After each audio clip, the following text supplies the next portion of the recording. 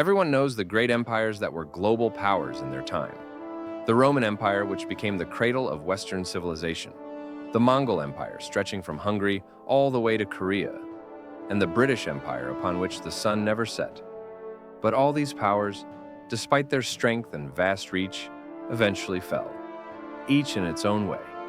Yet they all shared something in common. Why did even the greatest empires fail to stand the test of time? Let's find out. In this video, we'll explore the fall of Rome, the fragmentation of the Mongol Empire, and the decline of the British Empire. At the height of its power, Rome encompassed nearly the entire known world. Its mighty army, efficient administration, and strong economy secured its dominance for centuries. But even such powerful foundations eventually began to crumble.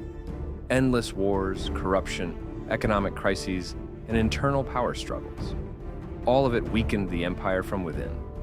So how did its downfall come about? Historians today point to several key reasons. First, political instability.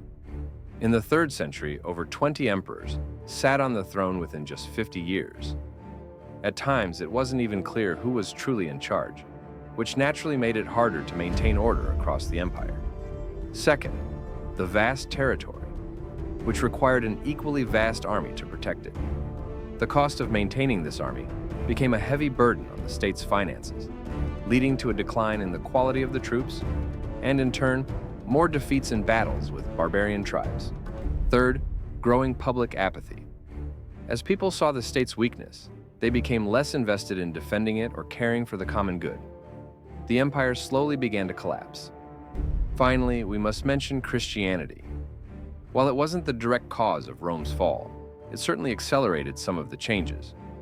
By the 4th century, Christianity was growing stronger, and the church was gaining land and influence, often competing with the emperor for power. The Roman Empire took many years to reach its peak, and just as many to fall. It wasn't the result of a single decision or event. Its collapse was the outcome of many problems that built up over time, intertwining and reinforcing one another. The Mongol Empire was the largest land empire in world history. It emerged in the 13th century when Genghis Khan united the Mongol tribes and began a lightning-fast campaign of conquest. At its peak, it stretched from Hungary and Europe all the way to Korea and Asia. Its strength was built on superb organization, the brutal effectiveness of its army, and an unmatched level of military mobility. But like many other empires, the Mongols couldn't maintain their dominance forever. The main reasons behind the fall of the Mongol Empire were, first, the lack of strong central authority after the death of Genghis Khan. His successors no longer had the same authority or ability to unite the vast territories. The empire began to split into independent parts, the so-called khanates, which increasingly competed against one another. Second, the sheer size of the empire. The lands were too vast and too culturally diverse to be effectively controlled from a single center. Managing distant provinces became more and more difficult, eventually leading to their gradual loss. Third, resistance from conquered peoples. Over time, the populations of subjugated regions, such as China, Persia, and Rus, began to recover and seek independence. Uprisings and civil wars further weakened the empire's structure. The Mongol Empire rose at an astonishing pace, but also fell relatively quickly. Divided, weakened, and without a strong core, it became only a shadow of its former power. The British Empire was the largest empire in world history. It was said that the sun never set on its territories because it held colonies on nearly every continent. Throughout the 19th century, Britain dominated global trade, technology, and international politics. But the 20th century brought new challenges, ones the empire could not overcome. The main reasons for its decline were, first, the economic devastation after World War II.